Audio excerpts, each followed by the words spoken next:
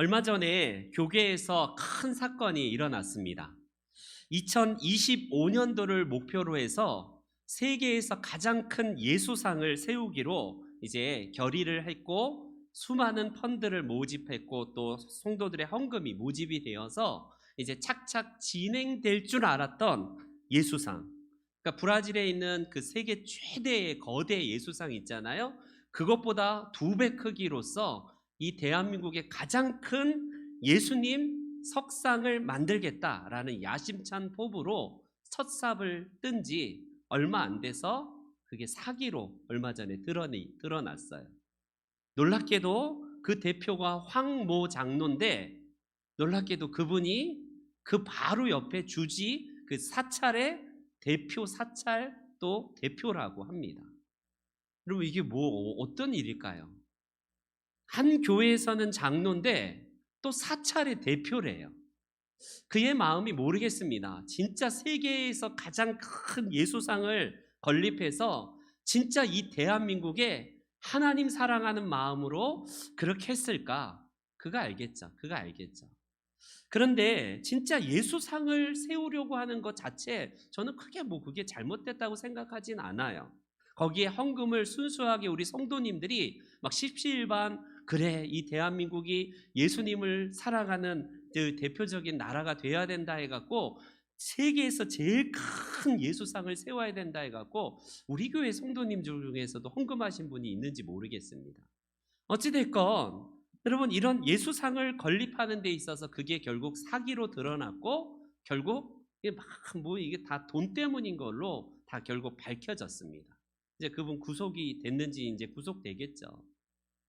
여러분, 이런 것이 바로 오늘날에 뿐만 아니라 2000년 전 예수님 시대에도, 그 거슬러 올라가서 율법 시대인 모세 시대에도 매한 가지 마음이에요. 왜 사람들은 겉으로 드러나 보여지는 그것에 현혹이 되어서 더 사람들의 마음을 움직일까요? 당장 우리는 주변에 사찰만 가도요, 무시무시한 이 석가모니상이 막 노려보고 있거나 4대 천왕이 막 불아리고 있어서 너 이 자리에 들어오면 함부로 들어올 자리가 아니야 라고 우리들에게 으름장을 놓는 그런 무시무시한 석상들, 나무상들, 이런 목상들을 보게 돼요.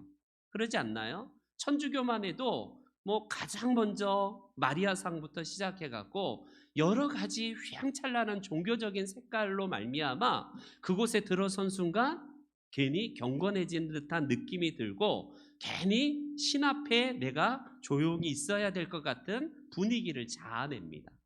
모든 종교가 마찬가지예요. 모스크도 마찬가지고. 그런데 유달리 교회에서, 우리 개신교는 그런 모든 것들에 대해서 사실 굉장히 간소화해버리고 종교색을 많이 없애버립니다. 당장 저희 합동측 교회, 대한예수교 장로회 합동측은요, 총회에서 결의하기를 교회 안에 십자가조차도 세우지 말래요. 근데 저희 교단이 원래, 저희 교회가 원래 그 합동측 교단이 아니었다가 제가 알기로는 저희 교회가 합동측으로 들어왔던 교회이기 때문에, 이전에 우리 설립자 목사님이 합동측 목사님이 아니셨기 때문에 아마 저 십자가를 건립하신 것 같아요. 원래 합동측 교회는 십자가가 없는 교회가 합동측 교회예요. 이 모든 외형적인 어떤 그런 것들이 천주교적인 구습이고 유산이다 해서 다 사실 버렸어요. 다 버렸습니다. 그래서 때로는 이 가운을 입는 것 자체도 합동측은요, 이거 다 버려야 된다, 이거 천주교 유산이다 해갖고 그런 결의 때문에 아무래도 우리 개혁교단인 우리 말씀 장로교회는 말씀 중심이기 때문에 아마 그런 게 강한 교단이기도 합니다. 그래서 오늘 저는 여러분들에게 제2계명을 통해서 우리가 진정으로 무엇을 사실 오늘 말씀을 통해서 봐야 되는가, 10계명을 통해 우리에게 두 번째, 지난번에 이어서 오늘 두 번째 시간인데, 하나님을 어떤 식으로 우리가 경배해야 되고 섬겨야 되는가. 첫 번째, 우리에게 무한대의 자율권을 주셨고, 너가 인생의 모든 자율권을 통해서 하나님을 만날 수 있다라고 선포하신 그 1계명부터 시작해서 오늘은 이제 2계명을 통해 무엇을 말씀하시는지 다시 한번 보세요. 여기서 동사를 한번 주목해 보십시오. 4절과 5절을 보면 너를 위하여 새긴 우상을 만들지 말라. 부정명령입니다. 만들지 말고 그것들에게 절하지 말고 세 번째 그것들을 섬기지 말라. 세 가지가 동사가 나와요. 만들지 말고 절하지 말고 섬기지 말고 만들지 말고 절하지 말고 섬기지 말고 이 세 가지 단어가 오늘 본문에서 섬기고 만들고 예배하고 세우고 이게 무엇을 뜻하는 단어냐면 예배라는 뜻을 담긴 이 동사입니다. 여러분 만들고 섬기고 절하고 이 모든 행위 주체는요 내가 가치를 어디에 두느냐에 따라서 그것에 우리가 세우고 절하고 만들고 섬기는 속성을 가지고 있어요. 만약에 우리는요 부처상을 섬기고 세우진 않지만 돈을 내가 섬기고 있는 사람은요 그것에 여전히 내가 이 모든 중심의 돈이기 때문에 돈을 섬기고 있는 거예요. 돈이 예배입니다. 돈 자체가. 모르겠어요. 지금 그 천안의 최고의 그 예수상을 세우려고 했던 그 한교연, 저는 한교연 단체가 도대체 어느 단체인지는 처음 들어봤는데 한국교회연합 단체래요. 그 교회연합에서 황모 장로를 비롯해서 그분들이 어떤 의도로 했을까? 처음부터 돈일까? 아니면 중간에 마음이 바뀌어서 돈이 들어오니까 돈 때문에 욕심 때문에 그런가? 저는 모르겠습니다. 제가 함부로 판단할 수는 없지만 분명한 건 뭐냐면 그 중심에 돈이 있었다는 사실은 변함이 없어요. 돈 때문에. 결과적으로 표면적인 거는 하나님을 잘 섬기는 국가, 이 대한민국의 세계에서 하나님을 최고로 잘 섬기는 것을 세계 사람들에게 보여줘야겠다라는 그 열망, 겉으로 보기에는 하나님 섬긴다라고 하지만 그 중심에는 무엇을 섬기고 있느냐면 바로 돈을 섬기고 있다라는 사실입니다. 그래서 인간은 영적인 존재이기 때문에 우리가 하나님으로부터 교감을 원래 하는 존재로 우리는 지음받았어요. 그래서 하나님은요 아담을 창조하신 다음에 늘 아담과 영적인 교제와 교감을 통해서 늘 함께 했을 때만이 의미 있는 존재라는 사실을 깨닫는 것이 우리 사람이에요. 그렇기 때문에 사람은 단순하게 먹는 것으로 만족이 안 돼요. 우리가 잘 아는 메슬로우라는 심리학자는 1차적인 게 해결되면 2차적인 거, 2차적인 게 해결되면 3차, 4차 해갖고 이게 피라미드에서 가장 고차원적인 걸로 만족이 되면서 계속 더 높은 차원의 만족으로 올라간다라는 메슬로우 이론이 있습니다. 그럼 굳이 그거 이론 따지지 않더라도 사람은 돼지처럼 많이 먹고 그냥 이 땅에서 산의 질미 즐기고 그냥 좋은 데 놀러 가면 만족하던가 그렇지 않다는 거예요. 놀랍게도. 우리가 보기에는 최고의 권력을 가진 자가 인생이 공허해지는 게 왜일까? 이 세상에 더 없는 돈을 가진 자가 그 정도면 1차적인 모든 것들이 최상위의 것을 다 누려본 자이기 때문에 만족이 될 것 같은데 만족이 안 돼요. 그렇기 때문에 우리는요 영적인 존재이기 때문에 하나님과 함께 교감을 하지 않으면 이게 뭔지를 모르기 때문에 자꾸 헛된 대체물로 하나님을 메우려고 하는 습성이 있어요. 그게 어떤 분은 돈을 더 벌어야 되나? 그래서 돈으로 자꾸 메우려고 하는 속성이 있고 어떤 분은 자꾸 어떤 지식을 메우려고 하려고 하고요. 여러 가지 자기의 행위와 여러 가지 탐욕과 여러 가지 이 땅에서 수없이 많은 쾌락으로 그 마음의 대체물을 하나님 아닌 것으로 자꾸 메우려고 하니까 이게 메우려고 해도 채워지지 않은 거예요. 그렇기 때문에 인간은요 하나님과 함께 진심으로 만나야지만이 우리 안에 영적인 만족과 참된 기쁨을 누리게 됩니다. 이게 바로 예수님을 만난 저와 여러분들은 해결이 된 상태예요. 최고의 가치이신 하나님을 만난 자는 이 땅에서 우리가 사는 의미를 무엇인지를 아는 것이고요. 우리가 왜 일하는지 알고 먹어도 기쁨이고 우리가 하는 모든 것이 유의미한 것은요. 하나님 안에 있는 모든 것들을 우리가 누리고 있기 때문에 그렇습니다. 그런데 이것을 모르는 사람은 자꾸 허무해져서요, 불안해지기 때문에 이 대체 하나님 대신에 자꾸 채우려고 하지만 채워지지 않기 때문에 허무한 거예요. 그러니 더 가치 있는 것을 자꾸 추구하고, 심지어 막 여러 가지 자기 몸을 쪼개서라도 봉사하고 내 몸을 위해서, 남을 위해서 내 몸을 던지는 그 모든 수고들을 해서라도 이 영적인 만족을 누리려고 하는 게, 이게 보편적인 세상의 가치입니다. 그럼에도 불구하고 우리 하나님께서 우리에게 무엇이라고 말하냐면, 이 영적으로 채워지는 이 모든 것들에 있어서 뭐라고 오늘 본문에는 말씀하냐면, 너희들은 마음에 우상을 새기지 말라는 거예요. 섬기지 말라는 겁니다. 하나님께서 오늘 본문을 통해서 간단하게 우리들에게 이 계명을 통해 주시고자 하는 말씀이 뭐냐면, 나 너희들 우상 숭배하는 거 더 이상 못 봐. 나는 너희들이 그렇게 하는 거를 볼 때마다 내 심장이 뒤틀려. 정말 그 모습을 볼 때마다 열불이 난단다. 쉽게 표현하자면 이거예요. 하나님의 마음을 우리 인간의 마음으로 대신 표현하자면, 나는 정말 질투가 날 정도로 너희들이 우상 숭배하는 그것을 볼 때마다 나는 정말 질투가 날 정도로 싫어. 그렇기 때문에 너희들은 우상 숭배를 금해야 돼 라는 이 말씀입니다. 여러분, 우상 숭배는요, 뭘 파괴하는 거냐면, 단순하게 우리가 무슨 자연을 파괴하는 그 정도가 아니라 우리의 인간의 자존감을 파괴하는 행위예요. 파괴하는 행위.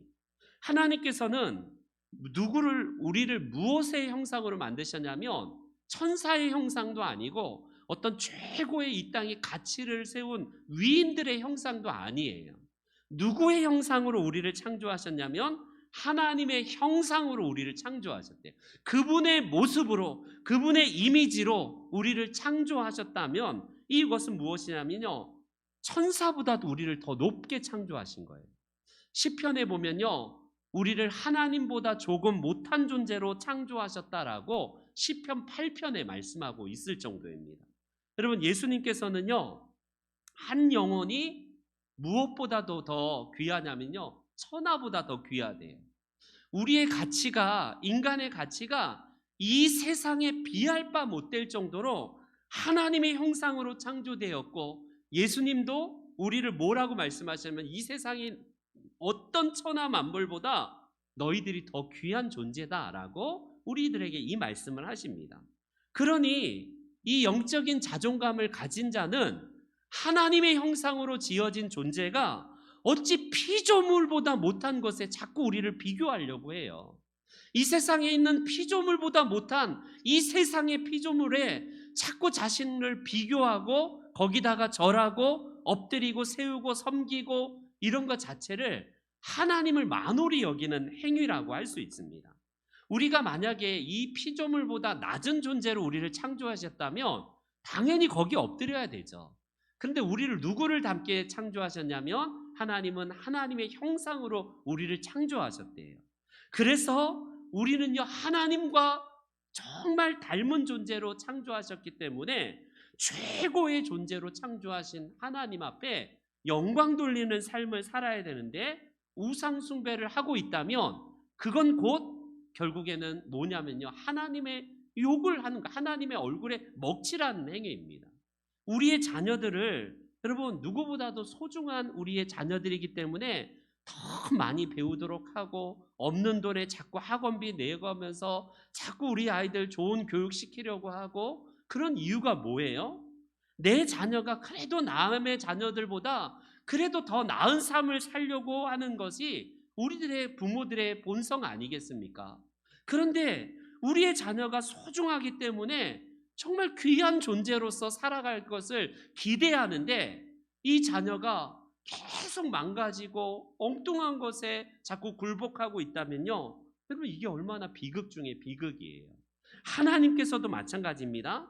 우리 인간이 피조물에 비교하고 자꾸 짐승과 다른 것보다 못한 존재로 자꾸 우리 존재를 상향이 아니라 하향으로 우리를 자꾸 그렇게 한다면요, 얼마나 하나님의 마음이 아프시겠어요? 탄식거리겠습니까? 그래서 하나님은요, 너희들이 소중한 존재인데 왜 그 하찮은 피조물 앞에 절하고 있느냐?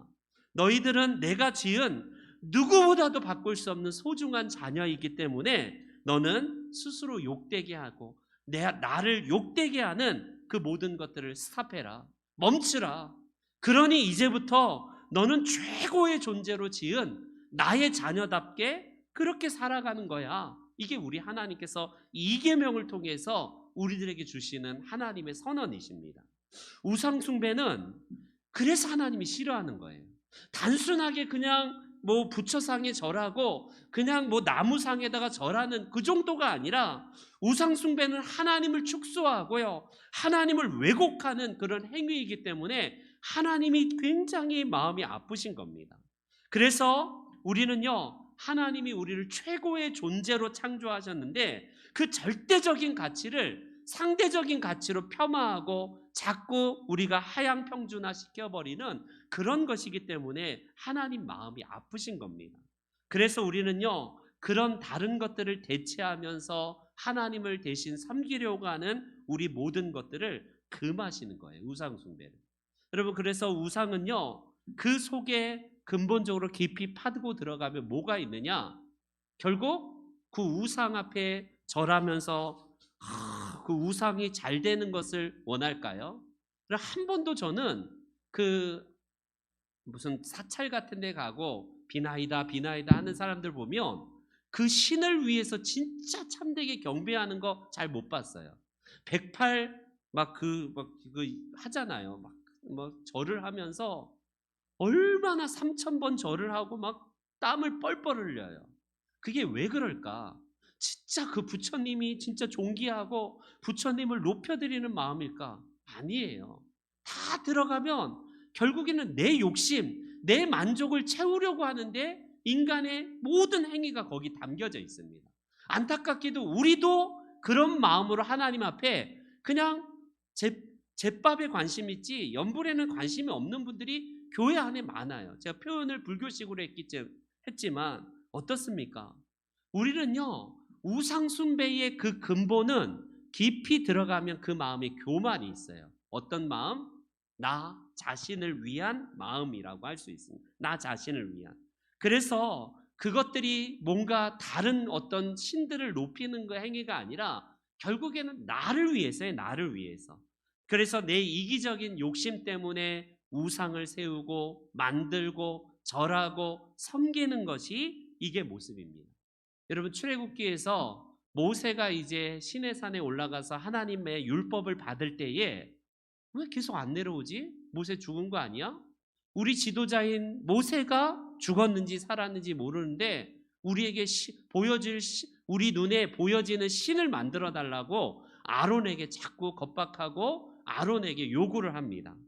그때에 이들이 뭐라고 하는지 한번 들어보세요.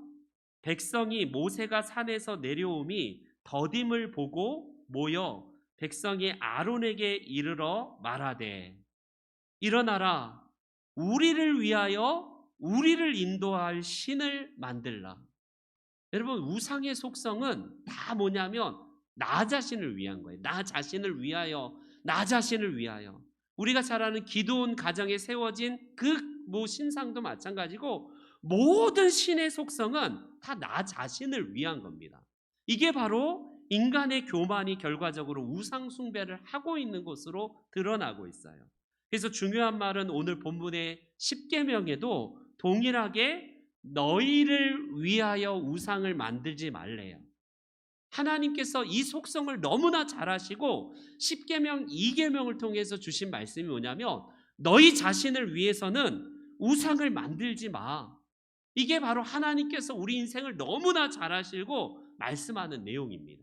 여러분, 이스라엘 백성들이 송아지를 만드는 것이 단순하게 진짜 하나님을 잘 섬기는 마음이 있는 게 아니라 결국 내 배부르고 나 잘 되고 내 새끼들 잘 되는 것, 그걸 원해서라는 거예요. 그래서 아론이 이렇게 이제 송아지를 만든 다음에 이렇게 말합니다. 이스라엘 백성들아, 이것이 애굽 땅에서 너희를 인도하여 낸 너희의 신이다 라고 하면서 이렇게 이야기를 합니다. 성경은 우리가 노력하고 인간의 경험을 통해서 하나님을 만들어내지 않아요. 근데 사람은 자꾸 뭔가 우리가 신을 만들어낸다라고 착각을 합니다. 하나님은 분명하게 뭐라고 하냐면 나는 스스로 있는 자다라고 하시면서 하나님의 모든 열심이 인간의 모든 것들이 아니라 하나님께서 그 모든 것을 이루셨다라고 말씀하지 않습니까? 오늘날 그 자유주의 신학자들은 신이 어떻게 탄생됐는가를 연구할 때에 놀랍게도 신학자들이고 목사들인데 이렇게 얘기합니다. 신은 인간이 만든 것이다. 인간이 필요에 의해서 결과적으로 오랜 세월에 걸쳐서 신을 요구하고 만들어진 결과물이다. 이렇게 얘기를 해요. 누가? 목사들이, 신학자들이, 자유주의 신학자들이. 여러분, 성경이 과연 하나님이 원래 없으신 분인데 인간이 필요에 의해서 신을 만들었을까? 성경은요 그렇게 말하지 않아요.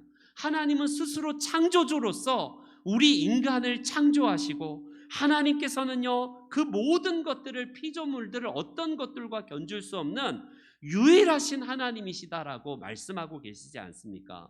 그래서 나를 욕되게 하고 이 땅에 있는 어떤 피조물도 하나님이라고 너희들이 하지 말라고 한 이유가 거기에 있어요. 기독교는 이런 면에서 다른 여타 종교와 다릅니다.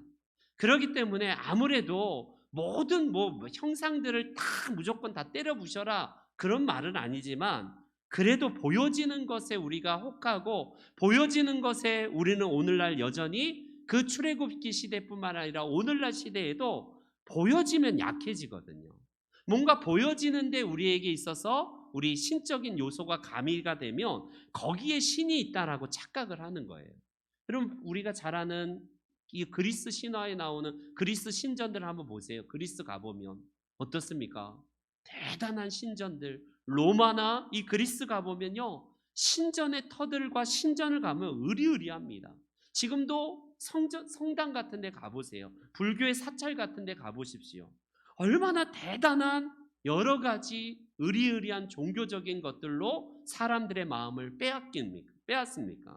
그런데 하나님께서는요 그 보여지는 것이 아니라 하나님은 영으로서 계셔서 우리 가운데 소통하시고 우리 가운데 교통하고 계시는 분으로 결과적으로 우리들에게 이 말씀을 하고 계시는 거예요.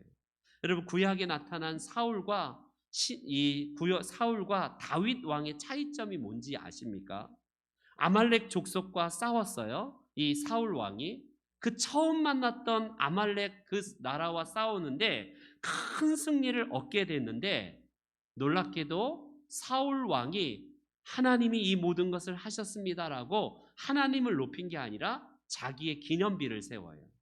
우리나라도 광개토 대왕을 비롯해서 여러 가지 전승 기념비 비롯해서 땅을 얼마나 넓혔느냐, 이게 업적을 얼마나 많이 세웠느냐. 그래서 왕들의 능이 크고 기념비를 세우고 큰 막 기념비와 막 그런 그 자기 무덤들을 어마어마하게 중국도 보세요.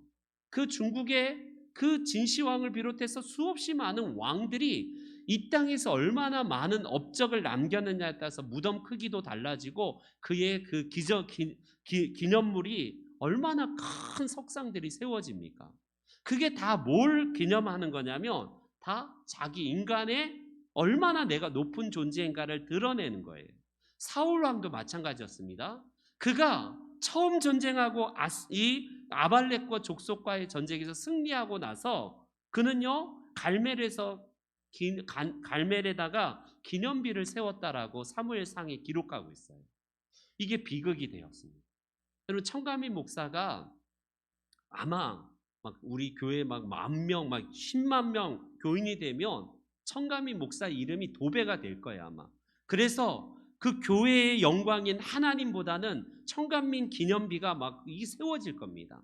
이게 인간의 속성이에요. 이게 얼마나 우리의 마음속에 우리 스스로가 자꾸 우상화 작업을 하려고 하는 그 기본적인 우리의 마음이 있어요. 이런 악한 마음들이. 그게 뭔가 예수 안 믿는 사람들의 이야기뿐만 아니라 우리들의 이야기일 수도 있다는 겁니다. 사울 왕이 그랬어요.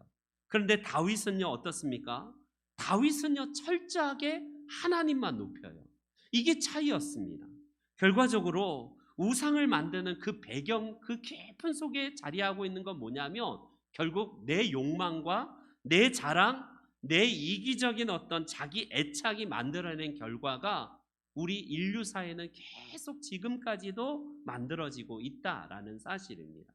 그래서 우리 주님이 우리들에게 너희가 나를 따라오려거든 자기를 부인하래요. 끊임없이 자기를 부인하래요. 여러분, 교회 안에서 우리는 우상 숭배 나는 한 적이 없는데, 근데 얼마나 많은 우상 숭배를 우리가 하고 있는지 몰라요.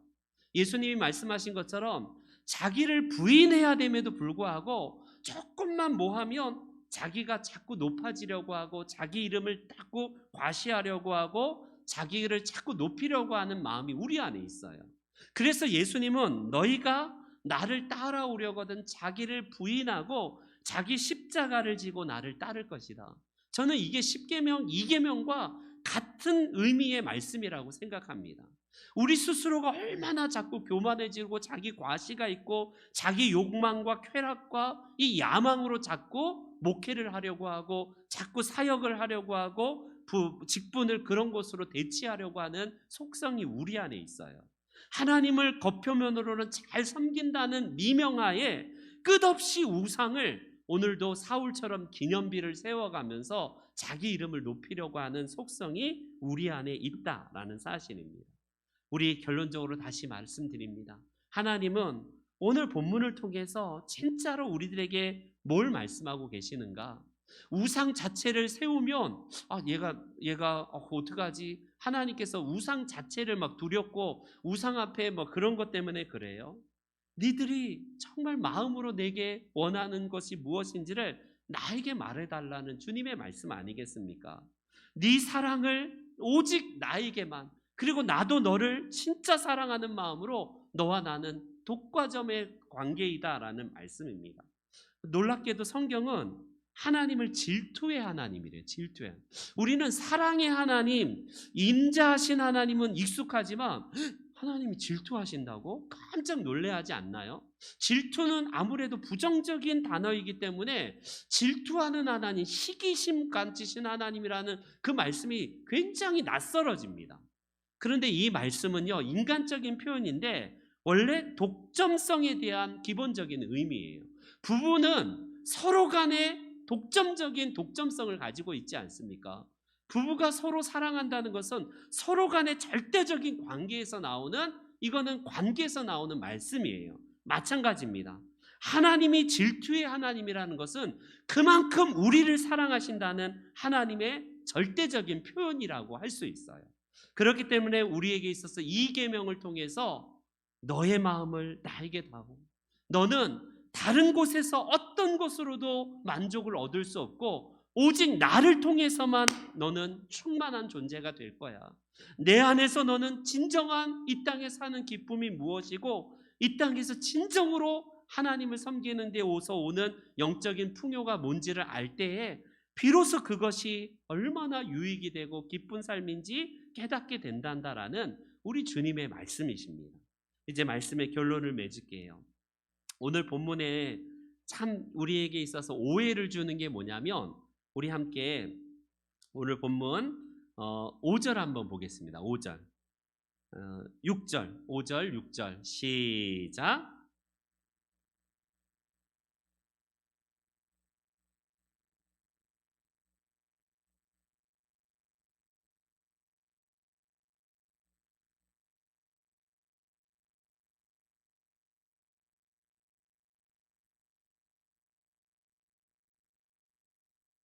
여기서 보면 그 우상 숭배하는 그 사람은 아들에까지 이르러서 3, 4대까지 내가 징계하겠다, 내가 미워할 것이다, 이런 말씀을 하십니다. 아니 무슨 연좌제도 아니고 하나님이 아버지의 죄를 갚되 어찌 그 손자에 이르기까지 계속 이 징계를 내리시고 저주를 내리실까? 그래서 대표적으로 가계에 흐르는 저주에서 그 저주론자들이 많이 인용하는 성경 구절이 오늘 본문의 이 구절이에요. 우리가 그 가계에 흐르는 저주가 있다고요. 예를 들어서 암이 걸린 그 가계는, 그 가계에 흐르는 저주는 그 조상 때로부터 올라오는 그 유전자와 그 가계에 흐르는 저주를 끊어야 된다. 이게 바로 가계 저주론자들이 주장하는 내용이 오늘 본문을 대표적으로 이렇게 말을 합니다. 그래서 아버지의 죄는 계속해서 유전이 되어서 그 자녀들에게까지 계속 이어지기 때문에 이 저주를 끊어버려야 된다. 굉장히 성경적인 것 같죠? 근데 거의 무당입니다. 여러분, 이런 말 하는 사람들 들으면 안 돼요. 오늘 본문에서 왜 3, 4대까지 하나님이 없던 죄가 괜히 이게 유전이 되고 아직 태어나지도 않는 4대까지 이어지게 하는가, 좀 의아할 수 있는 말씀인데, 이 말씀을요, 여러분, 그런 식으로 연좌제처럼 계속 이어진다는 의미로 받으면 안 돼요. 청가미 목사는 아직 우리 아이들이 아직 어리기 때문에 결혼하지 않았기 때문에 저희 손자는 아직 없습니다. 근데 제가 죄를 저질렀어요. 근데 아직 태어나지 않는 이제 손자, 그 다음에 그 또 아들까지 이어져서 3대, 4대까지 이어진다고 해보세요. 아직 태어나지도 않는데. 그러면 기독교나 무당이나 이건 세상이나 별다를 게 없는 것 같아 보이지 않습니까? 오늘 본문은요, 하나님이 그런 식으로 우리를 저주하고 징계한다는 의미가 아니라, 여러분, 이 시대에는, 율법 시대에는 3, 4대가 기본으로 한 가정 안에 살고 있어요. 이 말씀의 의미는 뭐냐면, 그 한 가족의 모든 가족들이 다 우상숭배로 인하여서 영향을 받기 때문에 이 모든 것들이 3, 4대까지 이를 정도로 그 가게 안에 모든 사람들의 영향이 있다라는 말씀이에요. 아직도 태어나지 아니하는 손자들까지 계속 유전적으로 이어진다는 말씀이 전혀 아닙니다. 그래서 오늘 본문을 우리가 가게에 흐르는 저주가 아니라, 하나님은 그 가문을 망가지게 하고 가문을 병들게 하는 이 우상 숭배를 하지 말라는 거예요. 당연히 할아버지와 그 아들과 그 손자들이 계속 있는 그 가정에서 할아버지가 우상 숭배하면 그 손자들도 그 모습 보지 않습니까? 아, 우리 증조 할아버지가, 우리 고조 할아버지가 저렇게 우상을 섬기는데 우리도 해야지 하면서 자연스럽게 그거는 따라가게끔 돼 있어요. 그렇기 때문에 3, 4대에 걸친 이 모든 가정 안에 있는 모든 자녀손들까지 다 죄의 영향력 아래 놓여지게 된다라는 의미입니다. 근데 놀랍게도 그 반대로 우상 숭배를 하지 아니하고 하나님만 온전히 섬기면 뭐라고 하나님은 말씀하시냐면 천대까지 축복해 준대요. 이게 놀라운 은혜 아닙니까? 가계 저주전자들이 이거를 강조하는데 천대까지 은혜를 베풀어 준다. 이건 왜 강조를 안 하는지 모르겠어요. 하나님께서는 3, 4대, 이건 비할 바 못되는 어마어마한 천대까지의 축복을 주신다라는 말씀입니다. 이제 우리에게 있어서 이 계명의 결론을 맺을게요. 하나님은 오늘 본문을 통해서 우리들에게 이 마음을 자꾸 요청하시는 이유는 바로 우리들을 위해서다라고 말씀합니다. 우상 숭배도 너를 위해서 만들지 말았지만 너를 위해서 너는 나만 섬겨야 돼. 이게 우리 하나님이 주신 말씀이에요. 그렇기 때문에 오늘 우리들에게 있어서 가장 큰 우상 숭배가 뭔지를 이제 우리가 점검을 하셔야 돼요. 아무래도 가장 오늘날 21세기, 아니 전 세대를 다 초월하여서 인류의 가장 큰 우상은, 예전도 그렇고 지금도 그렇고 가장 큰 우상은 돈이 아닌가 싶습니다. 돈, 맘모니즘. 예수님도 가장 많은 설교의 주제 가운데 거의 1위가 뭐냐면 돈과 하나님에 대한 이것을, 너희가 돈을 섬길 것이냐 하나님을 섬길 것이냐. 2000년 전 예수님 당시에도 얼마나 맘모니즘이 횡행했는지 그 말씀을 하시는 겁니다. 오늘날은 아마 더하면 더했지 덜하지 않을 시대예요. 그렇기 때문에 우리가 우상에 집착하고 거기에 빠져 있으면 무엇이 진짜 인생의 행복이고 진짜 가치인지를 모른 채 거기에 함몰될 수밖에 없는 속성을 우상이 주는 것입니다. 그것이 주는 잠시 잠깐의 쾌락과 좋은 것들이 왜 없겠어요? 그러나 그것을 섬기는 순간 결국 우상의 발목 잡히게 되고 참된 자유를 빼앗기게 되는 겁니다. 우리는요, 우상을 섬기지 말라고 하신 하나님의 명백하신 이 말씀이 결과적으로 우리 자신의 행복을 위해서다라고 말씀하시니, 오늘도 우리를 얽어매고 우리를 자유를 빼앗으려고 하는 이 모든 세상의 우상들 앞에서 우리는 다 걷어치고 오직 하나님으로 인해서 충만해지고 하나님이 주신 참된 자유로 인하여서 우리 안에 정말 하나님으로 충만한 그런 복된 인생을 살아가시는 저와 여러분들의 인생 되시기를 주님의 이름으로 축원합니다. 아멘.